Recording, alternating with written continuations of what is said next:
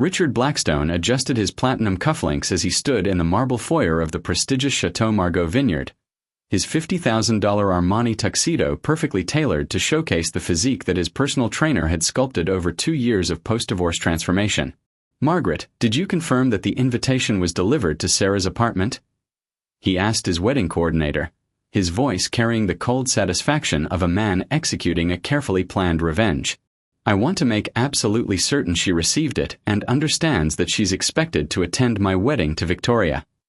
The invitation had been his masterstroke of calculated cruelty, a formal request for his ex-wife to witness his marriage to Victoria Sterling, the pharmaceutical heiress whose $100 million fortune represented everything that Sarah's humble background could never provide. "Yes, Mr. Blackstone," Margaret replied nervously. "The invitation was hand-delivered to her address yesterday, along with a note specifying that her presence was required as a witness to your new beginning." Richard's smile was sharp as a blade as he contemplated Sarah's humiliation when she arrived in whatever shabby dress she could afford, driving her ancient Honda, forced to witness his triumph over the woman who had dared to divorce him and take half his assets in their settlement. "Perfect. I want her to see exactly what she lost when she walked away from our marriage," Richard declared, his voice dripping with malicious anticipation. "Let her watch me marry a real woman of substance and realize that her pathetic attempts at independence have led her nowhere while I've moved on to someone worthy of my success." What Richard didn't know was that his ex-wife Sarah had been carrying secrets that would make his wedding day far more memorable than he had ever imagined. The backstory of Richard and Sarah's marriage revealed a pattern of emotional abuse and financial control that had culminated in a divorce that Richard viewed as temporary defeat rather than final resolution to their relationship conflicts. "Sarah was just a secretary when I married her," Richard often told his business associates, his tone suggesting that he had performed an act of charity rather than entering into a partnership with someone he supposedly loved. "I gave her everything: designer clothes, jewelry, a mansion in Greenwich, and she repaid my generosity by demanding a divorce and stealing half my net worth through her greedy lawyers." His version of their marriage conveniently omitted the years of psychological manipulation, the deliberate isolation from her family and friends, the constant criticism that had gradually eroded Sarah's self-confidence, and the financial control that had made her completely dependent on his approval for even basic necessities. The divorce had been Sarah's desperate escape from a relationship that had transformed from fairy tale romance into psychological prison, but Richard interpreted her departure as betrayal that required punishment rather than self-reflection about his own behavior. "She thought she could just walk away and start over," Richard muttered to himself as he reviewed the wedding preparations. "But I'm going to show her that there are consequences for abandoning a man who gave her everything she never deserved."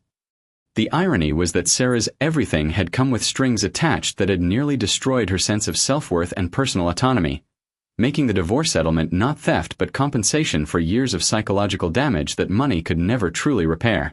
The wedding venue buzzed with New York's elite social circle as guests arrived in their luxury vehicles, each one representing the kind of wealth and status that Richard believed Sarah could never access without his financial support and social connections.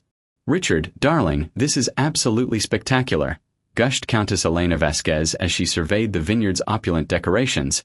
"Victoria is so fortunate to be marrying someone with your impeccable taste and social standing."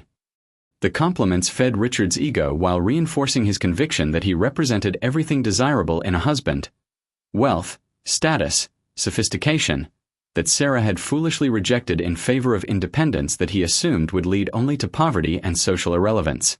"Thank you, Elena," Richard replied with practiced charm. "I wanted this wedding to represent the pinnacle of elegance and refinement, the kind of celebration that only becomes possible when two people of similar caliber unite their fortunes and social positions." His emphasis on similar caliber was a deliberate reference to Sarah's perceived inadequacy, as if marrying someone from a working-class background had been a mistake that he was now correcting through union with someone whose inheritance matched his own business achievements. The guest's approval validated his narrative that successful marriages required economic compatibility rather than emotional connection, love, or mutual respect, values that had been notably absent from his relationship with Sarah despite all the material luxuries he had provided as substitutes for genuine affection and partnership. The arrival time that Richard had specified for Sarah was strategically chosen to maximize her humiliation by ensuring that all other guests would already be present to witness her inevitable embarrassment when she appeared in whatever modest attire she could afford on her secretary's salary. "She should be arriving any moment now," Richard told Victoria as they stood greeting guests. "And I want you to see the kind of woman who thought she could take advantage of my generosity and then expect to maintain the lifestyle I provided without earning it through loyalty and appreciation." Victoria's response revealed discomfort with her fiancé's vindictive attitude toward his ex-wife. "Richard, are you sure this is wise? Inviting your ex-wife to our wedding seems unnecessarily cruel, and I don't understand why her presence is important to you if you've truly moved on from that relationship." Her question highlighted the psychological unhealthiness of Richard's obsession with punishing Sarah rather than simply enjoying his new marriage, but his defensive response indicated that he interpreted any criticism of his revenge plan as disloyalty to their partnership. "Victoria, you don't understand what that woman put me through," Richard replied, his voice hardening with familiar resentment. "She needs to see what real success looks like and understand that her decision to leave me was the biggest mistake of her pathetic life." The conversation was interrupted by excited murmurs from guests who had noticed something extraordinary happening at the vineyard's entrance, their voices carrying tones of amazement and confusion that suggested Sarah's arrival was not unfolding according to Richard's expectations. The commotion at the entrance intensified as guests began pointing and whispering about the stunning Rolls-Royce Phantom that was gliding up the vineyard's cobblestone driveway, its custom pearl-white finish gleaming in the afternoon sunlight like something from a royal procession rather than the modest arrival Richard had anticipated. "Who could that be?" asked Ambassador Chen, craning his neck to get a better view of the luxury vehicle that was clearly more expensive than anything most of the wealthy guests owned themselves. "That's a limited edition Phantom," observed business mogul Marcus Torres with obvious admiration. "Probably worth over $500,000. Whoever that is certainly knows how to make an entrance." Richard felt his stomach clench with growing unease as he realized that the timing of this arrival coincided exactly with when Sarah was expected to appear, but his mind refused to accept the possibility that his ex-wife could be connected to such an ostentatious display of wealth and sophistication. "It must be someone Victoria invited," Richard told himself, desperately clinging to rational explanations that would preserve his narrative about Sarah's inevitable poverty and social decline following their divorce. But as the Rolls-Royce came to a stop and a uniformed chauffeur stepped out to open the passenger door, Richard's confident predictions about his ex-wife's humiliation began to crumble in ways that would challenge everything he thought he knew about Sarah's life since their separation. The moment that would shatter Richard's revenge fantasy arrived when Sarah stepped out of the Rolls-Royce with the poise and elegance of someone who had been born to luxury rather than someone experiencing it for the first time. Her appearance so transformed from the downtrodden woman he remembered that several guests initially failed to recognize her as Richard's ex-wife. "My God, is that Sarah?" whispered Countess Vasquez, her voice filled with disbelief as she took in the stunning woman wearing a custom Valentino gown that probably cost more than most people's annual salaries, her hair styled by someone who clearly understood how to showcase her natural beauty rather than hide it behind the conservative appearance that Richard had preferred during their marriage. "She looks absolutely radiant," murmured Dr. Patricia Martinelli, noting how Sarah's confidence and happiness had transformed her entire presence in ways that expensive clothes alone could never achieve. But the most shocking revelation was yet to come as the chauffeur helped 3 beautiful children out of the vehicle. Triplets who appeared to be around 3 years old, each one dressed in designer outfits that coordinated with their mother's elegant ensemble. "Are those her children?" asked Senator Williams in amazement. "When did Sarah have triplets, and who is their father?" The questions rippled through the crowd of guests as they processed the implications of Sarah's obvious prosperity and the existence of children that Richard had never mentioned despite his frequent complaints about his ex-wife's supposed failures and inadequacies following their divorce. The children who emerged from the Rolls-Royce were absolutely beautiful, with dark hair and intelligent eyes that sparkled with curiosity as they took in the vineyard's elegant surroundings, their behavior demonstrating the kind of poise and confidence that suggested they were accustomed to luxury and sophisticated social situations. "Mommy, is this the party you told us about?" asked the little girl, her voice clear and articulate as she held Sarah's hand while surveying the gathered guests with interest rather than intimidation. "Yes, sweetheart," Sarah replied with a warm smile that radiated genuine happiness. "This is where Mommy's friend Richard is getting married, and we're here to wish him well on his special day." Her gracious reference to Richard as a friend, rather than acknowledging their acrimonious divorce history, demonstrated a level of class and emotional maturity that stood in stark contrast to his vindictive motivations for inviting her. The 2 boys flanked their sister and mother with protective instincts that seemed remarkable for such young children, their designer clothing and confident bearing suggesting that they had been raised in environments of privilege and security that contradicted every assumption Richard had made about Sarah's post-divorce circumstances. "Mommy, why is everyone staring at us?" asked one of the boys with innocent curiosity, his question highlighting how the guests' shocked reactions were visible even to young children who had no understanding of the drama underlying their presence at this particular social event. The revelation of the children's existence forced Richard to confront questions about paternity and timeline that challenged his understanding of his relationship with Sarah and the circumstances surrounding their divorce. "Sarah was definitely not pregnant when we divorced," Richard muttered to himself as he tried to calculate dates and possibilities while watching his ex-wife gracefully navigate through the crowd of amazed guests who were treating her with respect and curiosity rather than the pity he had expected them to show. "These children are at least 3 years old, which means..."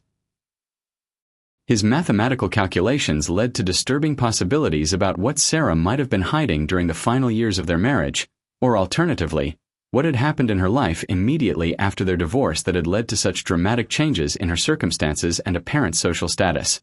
The children's sophisticated behavior and expensive clothing suggested that they had been raised in wealth and privilege from birth, implying that Sarah had either been living a double life during their marriage or had encountered extraordinary circumstances following their separation that had transformed her from struggling secretary to wealthy mother of triplets.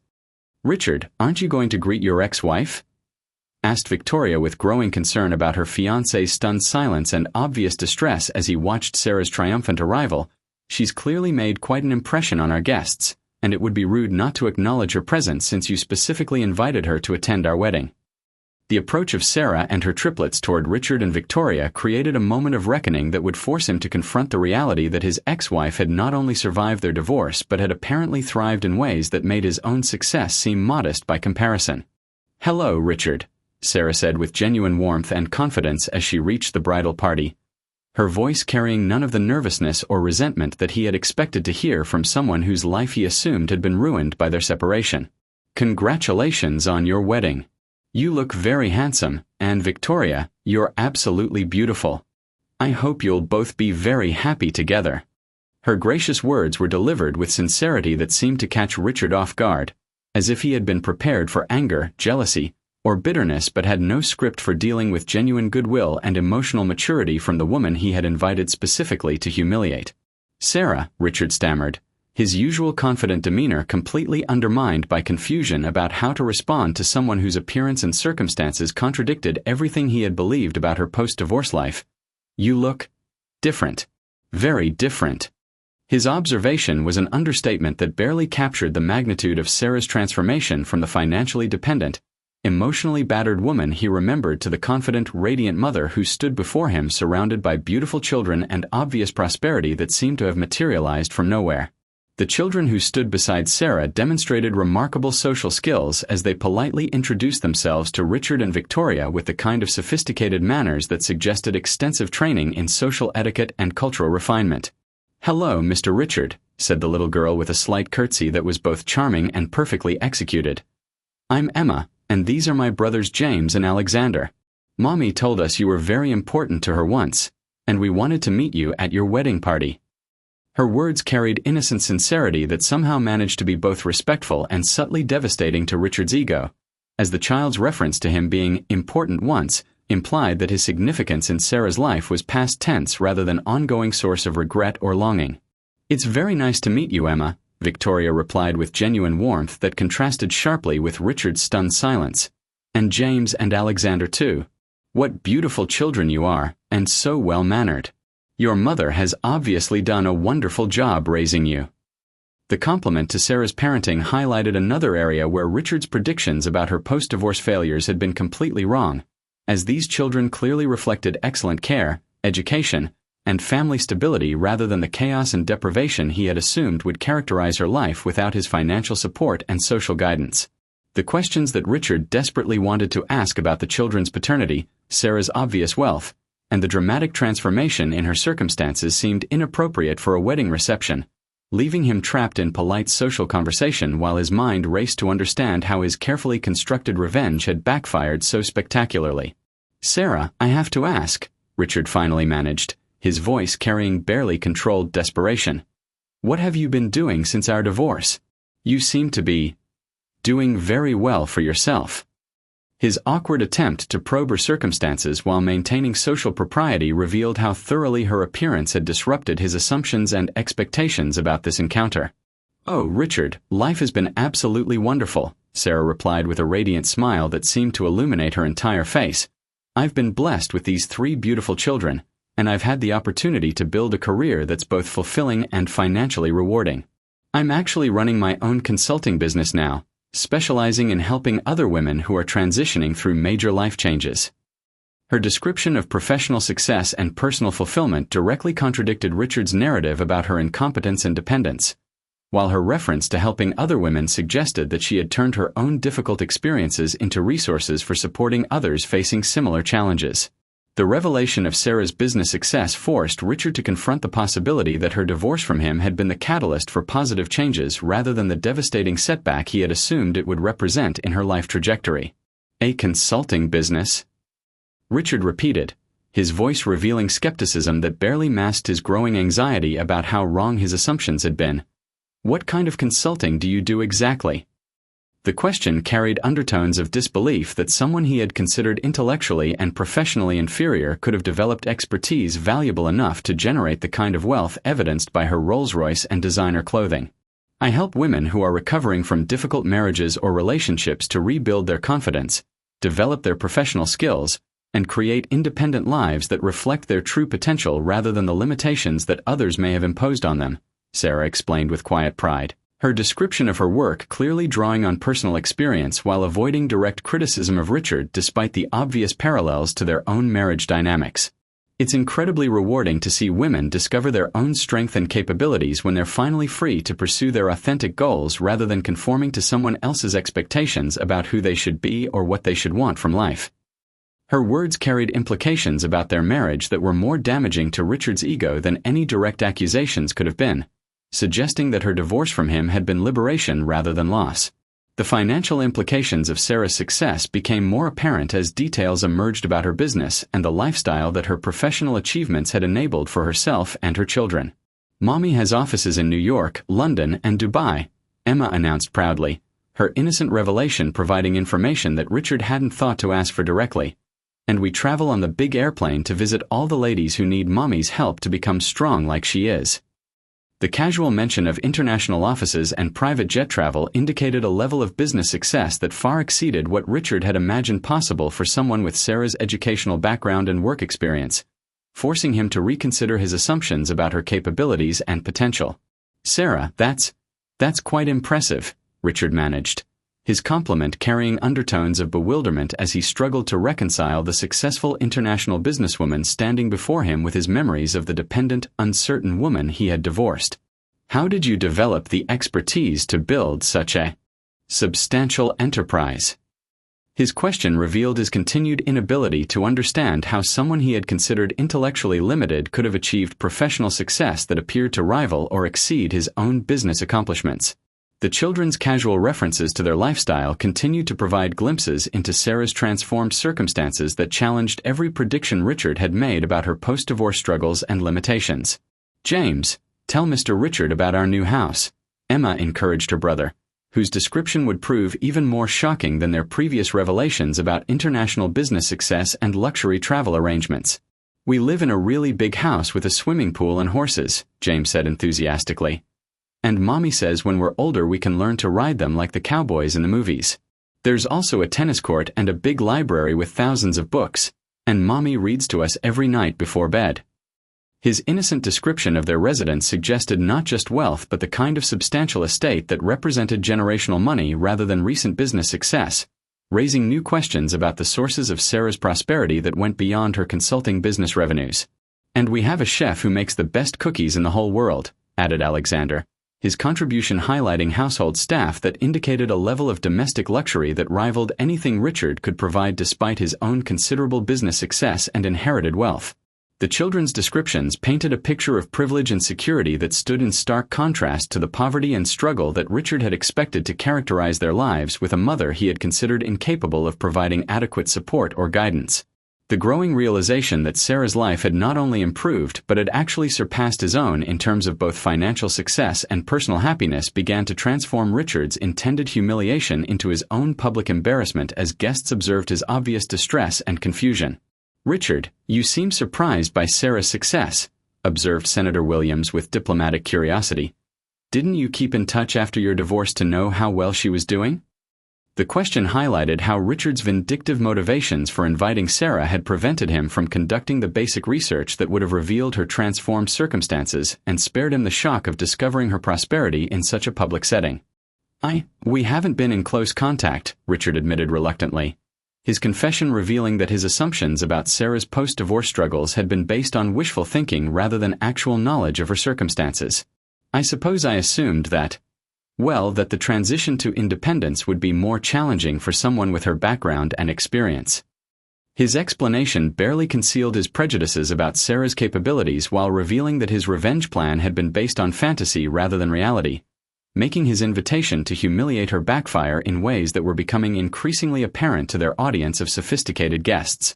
The mystery surrounding the triplets' paternity became the subject of intense speculation among the wedding guests as they observed the children's distinctive features and sophisticated behavior while trying to understand the timeline of Sarah's post-divorce life and relationships.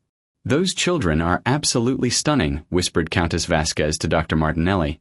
"But they don't really resemble Sarah very strongly. I wonder who their father might be, and whether Sarah remarried someone of considerable means to afford this lifestyle."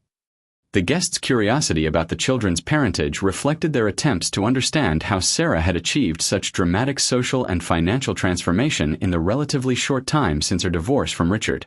"The timing suggests that Sarah must have become involved with someone very quickly after her separation," observed Ambassador Chen. "Either that, or there are aspects of her previous life that weren't apparent during her marriage to Richard." The diplomatic way he phrased his speculation highlighted the delicate nature of discussing such personal matters in a social setting, while acknowledging that the children's existence and Sarah's obvious prosperity required explanations that challenged conventional understanding of post-divorce recovery and remarriage timelines. The revelation of the children's paternity came from an unexpected source when Alexander, the most talkative of the triplets, began describing his family structure in response to curious questions from wedding guests who were charmed by the children's precocious intelligence and social confidence. "We don't have a daddy like some kids," Alexander explained matter-of-factly to Victoria, who had been asking gentle questions about their family. "But Mommy says that's okay because she has enough love for all of us, and we have lots of uncles and aunties who help take care of us." His innocent revelation that Sarah was apparently a single mother raising 3 children alone made her achievements even more remarkable while raising new questions about how she had managed to build an international business while providing such excellent care and education for her children. "Mommy had us because she really wanted children after her first marriage ended," Emma added with the kind of adult vocabulary that suggested sophisticated family discussions about complex topics. "And she says we're the best things that ever happened to her because we helped her remember what real love feels like." The children's understanding of their family origin story indicated that Sarah had been open with them about their conception while framing their existence in positive terms that emphasized their value and importance in her life. The implications of Sarah being a single mother by choice forced Richard to confront the possibility that his ex-wife had deliberately chosen to have children without a father rather than seeking another marriage for financial security or social status. "You mean Sarah chose to become a single mother?" Richard asked with disbelief that revealed his continued inability to understand Sarah's motivations and values beyond the materialistic framework that had shaped his own relationship choices. "How does she manage to run an international business while raising 3 young children alone?" His questions reflected genuine bewilderment about how someone could prioritize parenthood over the kind of strategic relationship building that he considered essential for social and financial advancement. "Mommy is really good at everything," James replied with the absolute confidence that children have in their parents' capabilities. "And she has lots of helpers who take care of us when she has to travel for work. But she always comes back with presents and stories about all the people she helped to become strong like her." The child's description of Sarah's approach to balancing career and motherhood suggested organizational skills and resource management that exceeded what Richard had ever credited her with possessing, while highlighting her commitment to maintaining close relationships with her children despite professional demands. The financial arrangements that enabled Sarah's lifestyle as a single mother with an international business began to emerge through additional conversations that revealed the scope of her success and the strategic planning that had made her current circumstances possible. "Sarah, I have to ask," said Dr. Martinelli with frank curiosity, "how do you manage the logistics of international business travel while ensuring such excellent care for your children? That level of coordination requires substantial resources and planning." Her question acknowledged the practical challenges of Sarah's situation while expressing admiration for how well she had apparently solved problems that defeated many two-parent families with fewer professional responsibilities. "I've been very fortunate to build a business that generates enough revenue to provide excellent childcare and educational support," Sarah replied with characteristic grace. "And I've structured my work to allow for maximum time with the children while still serving my clients effectively. The consulting model allows for significant flexibility when you've established trust and demonstrated results." Her explanation suggested business acumen that went beyond simple professional success to encompass strategic thinking about lifestyle design and family priorities that Richard had never associated with her capabilities during their marriage. The revelation that Sarah had used fertility treatments to conceive the triplets as a single mother added another layer to the story that challenged traditional assumptions about family formation and women's reproductive choices. "Mommy went to special doctors who helped her have all three of us at the same time," Emma explained with a matter-of-fact acceptance that children bring to family circumstances that adults might consider unusual or complicated. "She says we were worth all the waiting and hoping, and that she knew we would be the perfect family for her." The child's description of fertility treatments suggested that Sarah had invested significant time, money, and emotional energy into becoming a mother, indicating that her decision to have children was part of a carefully planned life strategy rather than an accidental circumstance that had complicated her post-divorce recovery. "Sarah always wanted children," confirmed a guest who apparently knew more about her background than Richard had realized. "And she decided after her divorce that she wasn't going to wait for another marriage to pursue motherhood.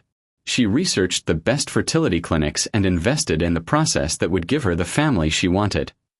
This revelation forced Richard to confront the reality that Sarah had been actively planning a future that didn't include him or require another husband, challenging his assumptions about women's dependence on marriage for fulfillment and security. The emotional impact of learning about Sarah's deliberate choice to become a single mother forced Richard to reconsider his entire understanding of their marriage and divorce, as her subsequent actions suggested that leaving him had been part of a larger plan for personal liberation and authentic life design rather than a mistake she would regret. "She planned all of this," Richard muttered to himself as he watched Sarah interact confidently with their wedding guests, her children playing happily nearby while she discussed business strategies and travel experiences that demonstrated a level of independence and success that made his revenge fantasy seem petty and delusional. "She didn't just leave me, she left to become someone completely different, someone I never knew existed." The realization that Sarah had hidden her true potential and ambitions during their marriage forced Richard to question whether he had ever really known his ex-wife at all, or whether the dependent, uncertain woman he remembered had been a performance designed to survive in a relationship that didn't allow for her authentic self-expression. The possibility that their entire marriage had been built on his misunderstanding of who Sarah really was and what she was capable of achieving made his current embarrassment seem like justice rather than accident, as if his attempt to humiliate her had revealed the truth about which of them had truly been the more accomplished and admirable person all along. The children's obvious affection for their mother and their sophisticated understanding of her work and values provided the most damaging evidence against Richard's characterization of Sarah as incompetent and unworthy of respect or success. "Mommy helps ladies who are sad because their husbands weren't nice to them," Alexander explained to Victoria with the kind of innocent directness that children bring to adult topics, "and she teaches them how to be strong and happy like she is now." His description of Sarah's work highlighted how she had transformed her own difficult experiences into expertise that served other women, while implicitly acknowledging that her marriage to Richard had involved treatment that required recovery and healing. "She says that everyone deserves to be loved the right way," Emma added, "and that sometimes people have to leave situations that make them small so they can grow into who they're supposed to be." The child's sophisticated understanding of relationship dynamics and personal growth suggested family conversations that had given them wisdom beyond their years, while providing a framework for understanding Sarah's divorce that positioned it as necessary self-preservation rather than selfish abandonment of marital obligations. The contrast between Richard's expectations for Sarah's arrival and the reality of her triumphant appearance began to create visible tension that the wedding guests couldn't help but notice, transforming his intended moment of vindictive satisfaction into a public demonstration of his own pettiness and poor judgment. "Richard seems quite shaken by his ex-wife's success," observed Senator Williams to Ambassador Chen, their diplomatic training making them sensitive to the emotional undercurrents that were disrupting what should have been a celebratory occasion. "I wonder if he knew about her business achievements and financial circumstances when he decided to invite her to his wedding." The implication that Richard might have deliberately set himself up for embarrassment suggested either poor planning or such deep-seated prejudice against his ex-wife that he had been unable to accurately assess her current situation. "It appears that Mr. Blackstone may have underestimated his former wife quite significantly," Ambassador Chen replied with the careful language that diplomats use to acknowledge obvious truths without creating social offense. "And the children are absolutely delightful. Such poise and intelligence for their age." The positive response that Sarah and her children were receiving from sophisticated guests served to highlight Richard's obvious discomfort, while making his hostile motivations increasingly apparent to observers who were beginning to question his character and judgment.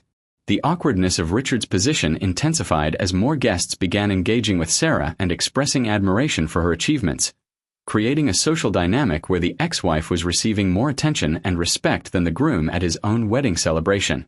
"Sarah, I'd love to hear more about your consulting business," said Dr. Patricia Martinelli, genuinely interested in Sarah's professional work.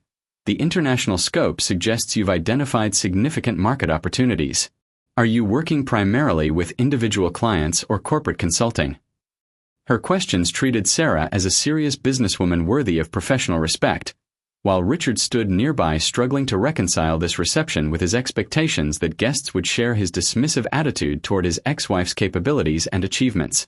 "I work with both individual women and corporations that want to develop better support systems for employees going through major life transitions," Sarah replied with confidence and expertise, particularly focusing on helping women rebuild their careers and financial independence after divorce or other major life changes. Her description of her work seemed to resonate with several female guests who began sharing their own experiences with career challenges and life transitions, creating an impromptu networking session that left Richard feeling increasingly marginalized at his own wedding reception.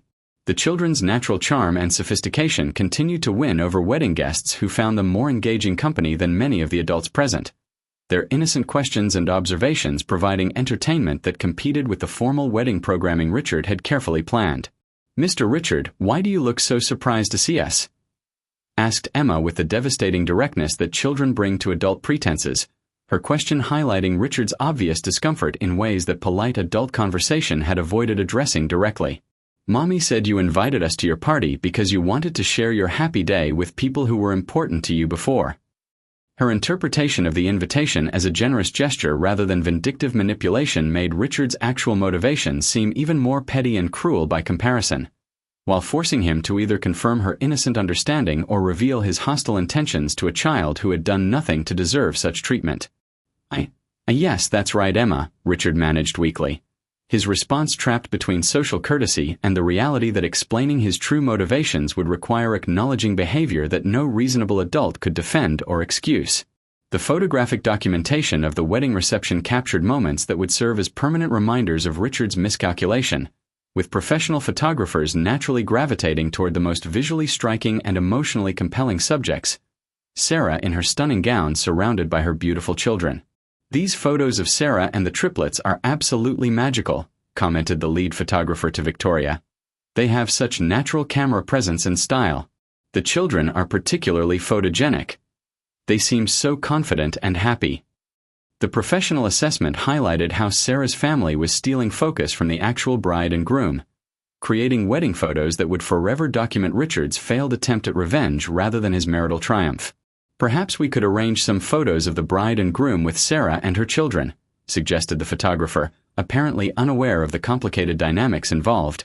"It would be lovely to have pictures showing the gracious inclusion of family and important relationships from your past." The suggestion that Sarah should be featured prominently in Richard's wedding photos represented the ultimate irony of his revenge plan backfiring so completely that his ex-wife's presence was enhancing rather than diminishing the social significance of his special day. The social media coverage of the wedding began to focus heavily on Sarah's dramatic appearance and her beautiful children, with guests posting photos and comments that created an online narrative very different from what Richard had intended when he planned his vindictive invitation. "Look at this stunning family at the Blackstone wedding," posted Countess Vasquez on Instagram. "Sarah and her triplets are absolutely gorgeous and so elegantly dressed." Such an inspiring story of a woman who has clearly thrived after major life changes. The positive social media attention that Sarah was receiving served to amplify her success story while inadvertently highlighting the contrast with Richard's petty motivations, creating a permanent digital record of his failed attempt at humiliation. "The most beautiful family at today's wedding," wrote another guest, posting a photo of Sarah with the children. "These kids are so well-behaved and charming, and their mother is clearly an amazing woman. Love seeing examples of women who build extraordinary lives for themselves and their families." The online celebration of Sarah's achievements created a viral moment that would extend far beyond the wedding reception, ensuring that Richard's miscalculation would be remembered and discussed in social circles for months or years to come. The conversation dynamics at the reception tables began to revolve around Sarah's transformation story rather than celebrating Richard's marriage, with guests more interested in learning about her business success and single motherhood journey than discussing the bride and groom's future plans. "Sarah, what advice would you give to women who are considering major life changes but feel trapped by financial concerns or social expectations?" asked Senator Williams' wife during dinner, her question reflecting genuine interest in Sarah's expertise rather than polite social conversation. "The most important thing is to start planning while you still have some stability," Sarah replied with the kind of practical wisdom that comes from lived experience, "and to remember that financial independence is possible if you're willing to invest in developing skills and building networks that support your goals rather than limiting them."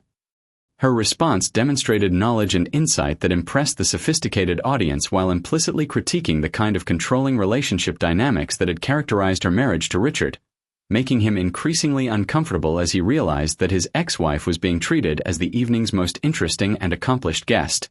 The final blow to Richard's ego came when Victoria herself began expressing admiration for Sarah's achievements and questioning why their divorce had been necessary given Sarah's obvious intelligence and capabilities. "Richard, I'm genuinely curious about why your marriage to Sarah didn't work out," Victoria said during a private moment. "She seems like an extraordinary woman, intelligent, successful, a wonderful mother. And she's been nothing but gracious about our marriage despite what must be complicated feelings about the situation." Her questions forced Richard to confront the reality that his new wife was beginning to question his judgment and character based on observing his ex-wife's obvious qualities and achievements, threatening to undermine the very relationship he had hoped to validate through Sarah's humiliation. "Relationships are complicated, Victoria," Richard replied defensively. "And sometimes people change in ways that make them incompatible even if they seemed suited to each other initially." His vague explanation avoided acknowledging the controlling behavior and emotional abuse that had driven Sarah away, but Victoria's thoughtful expression suggested that she was beginning to understand more about their relationship dynamics than Richard was comfortable revealing. The irony that his attempt to showcase his upgrade from Sarah to Victoria was instead highlighting questions about why such an accomplished woman would have left him created the ultimate reversal of his revenge fantasy, leaving him wondering whether his elaborate wedding celebration had become a showcase for his ex-wife's triumph rather than his own. The most remarkable aspect of Sarah's behavior throughout the wedding reception was her consistent grace and kindness toward Richard despite his obvious hostile motivations for inviting her, demonstrating emotional maturity and strength of character that impressed guests while highlighting the contrast between their respective approaches to handling difficult social situations. "Richard, I want you to know that I genuinely hope you and Victoria will be very happy together," Sarah said during a quiet moment when she approached him privately, her words carrying sincere warmth that seemed to catch him completely off guard. "Marriage can be wonderful when both people are committed to supporting each other's growth and happiness, and I can see that Victoria is a remarkable woman who deserves to be loved and appreciated." Her generous words about his new wife contained no trace of jealousy or resentment, instead reflecting the kind of emotional wisdom that comes from having worked through pain and emerged stronger rather than bitter. "I know our marriage didn't end well," Sarah continued, "but I want you to learn from whatever mistakes we both made and create something beautiful with Victoria. She seems to bring out good qualities in you that I hope you'll nurture and develop." The maturity of her response to his vindictive behavior revealed how much she had grown since their divorce, while making his petty revenge attempt seem childish and unworthy by comparison. The children's behavior throughout the reception reflected the excellent parenting and emotional stability that Sarah had provided for them, as they remained polite, well-behaved, and genuinely interested in celebrating Richard's wedding despite having no previous relationship with him or understanding of the complicated adult dynamics surrounding their presence. "Mr. Richard, thank you for inviting us to your beautiful party," James said as the reception was winding down, his sincere gratitude making Richard feel ashamed of his actual motivations while highlighting the innocence and goodness that characterized Sarah's children. "We had a wonderful time meeting your friends and seeing how pretty everything is. Mommy says weddings are special because they're about people promising to love each other forever." The child's simple understanding of marriage as a commitment to love stood in stark contrast to Richard's transactional approach to relationships, while serving as an inadvertent critique of the emotional poverty that had characterized his previous marriage to their mother. "I hope you and Mrs. Victoria will be very happy together," added Emma, her sweetness and sincerity making Richard realize that these children possessed more genuine kindness and emotional intelligence than he had demonstrated in his elaborate revenge planning. The departure of Sarah and her children created the evening's most memorable moment as guests gathered to say goodbye to the family that had unexpectedly become the reception's most beloved attendees, their fond farewells highlighting how completely Richard's humiliation plan had backfired. "Sarah, it's been such a pleasure meeting you and these wonderful children," said Countess Vasquez as she embraced Sarah warmly. "I hope we'll have opportunities to see each other again soon. Your consulting business sounds fascinating, and I'd love to learn more about your work." The genuine connections that Sarah had formed with Richard's guests ensured that his attempt to isolate and embarrass her had instead expanded her social and professional networks in ways that could benefit her business and personal life for years to come. "Please keep in touch," urged Senator Williams as he shook hands with Sarah. "My wife and I would love to have you and the children over for dinner sometime. It's rare to meet someone with such an inspiring story of personal transformation and professional success." The invitations and business cards that were exchanged during Sarah's departure highlighted how Richard's wedding had inadvertently become a networking opportunity for his ex-wife rather than the social disaster he had intended to create.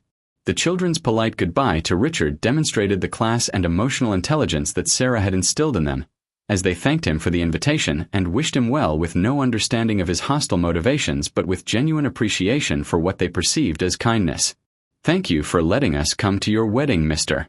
Richard," Alexander said as he shook Richard's hand with surprising maturity for a 3-year-old. "We had fun meeting your friends and eating the fancy food. I hope you'll be happy with Mrs. Victoria." The child's sincere wishes for Richard's happiness made his revenge attempt seem even more cruel and unnecessary, while highlighting the generosity of spirit that characterized Sarah's family despite whatever pain she had experienced during their marriage. "Maybe we'll see you again sometime," added Emma with innocent optimism. "Mommy says it's important to stay friends with people who were important to us before, even when things change." Her words reflected family values that emphasized forgiveness and positive relationships rather than holding grudges or seeking revenge, providing a moral lesson that made Richard's behavior seem particularly petty and vindictive by comparison. The final image that would remain etched in everyone's memory was Sarah's graceful exit as she gathered her children and walked toward their Rolls-Royce, her designer gown flowing elegantly while the triplets flanked her with obvious love and pride in their remarkable mother. "That woman is absolutely extraordinary," murmured Dr. Martinelli to her husband as they watched Sarah's departure. "I can't imagine what possessed Richard to invite his obviously successful and accomplished ex-wife to his wedding, but she handled the situation with more grace than I would have managed under similar circumstances." The guest's observation reflected the general consensus that Sarah had emerged from the evening with enhanced reputation and respect, while Richard had revealed character flaws that raised questions about his judgment and emotional maturity. "Those children are a credit to her parenting," added Ambassador Chen. "Such poise and kindness at their age suggests excellent values and emotional security at home. She's clearly built a wonderful life for herself and her family." The positive assessments of Sarah's parenting and personal character created a stark contrast with the negative impression that Richard's vindictive behavior had made on the same sophisticated observers. The contrast between Sarah's dignified behavior and Richard's obvious discomfort throughout the evening became a topic of conversation that would extend far beyond the wedding reception, with guests discussing the dynamics they had witnessed and drawing conclusions about character, maturity, and emotional intelligence.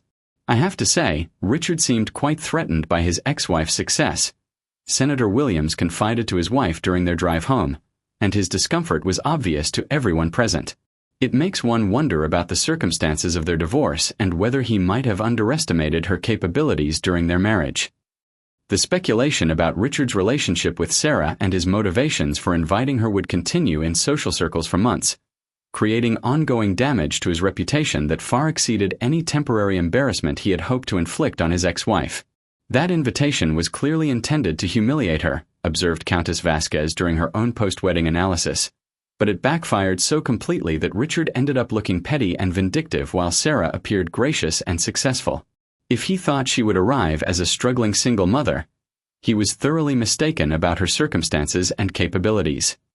The lasting impact of the evening would be Sarah's demonstration that the best revenge against those who try to diminish us is living well and refusing to be drawn into their emotional drama, a lesson that her children had witnessed and that would shape their understanding of how to handle difficult people and situations throughout their lives.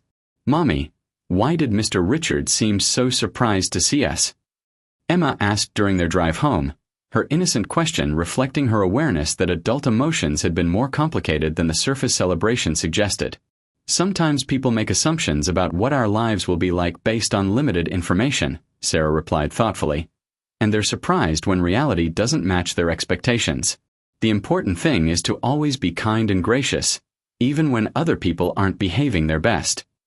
Her response taught her children about taking the high road while protecting them from unnecessary exposure to adult pettiness and hostility, demonstrating the kind of wisdom and emotional intelligence that had enabled her own transformation from victim to victor.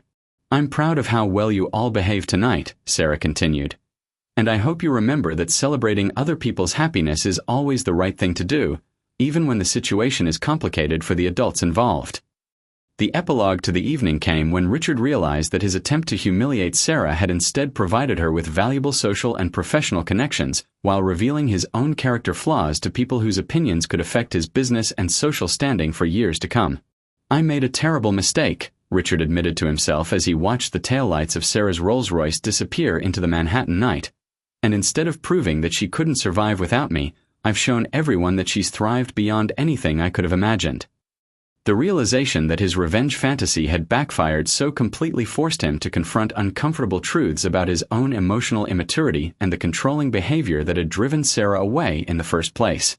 Victoria's thoughtful silence during their return home suggested that she too was processing the evening's revelations about her new husband's character and his relationship with a woman who had clearly been remarkable all along, setting the stage for conversations that would challenge Richard to grow beyond the pettiness and vindictiveness that had characterized his approach to their divorce. The wedding that was supposed to be his triumph had become Sarah's vindication, proving that grace, dignity, and authentic success would always triumph over spite, manipulation, and the small-minded desire to diminish others who had found the courage to build better lives for themselves and their children.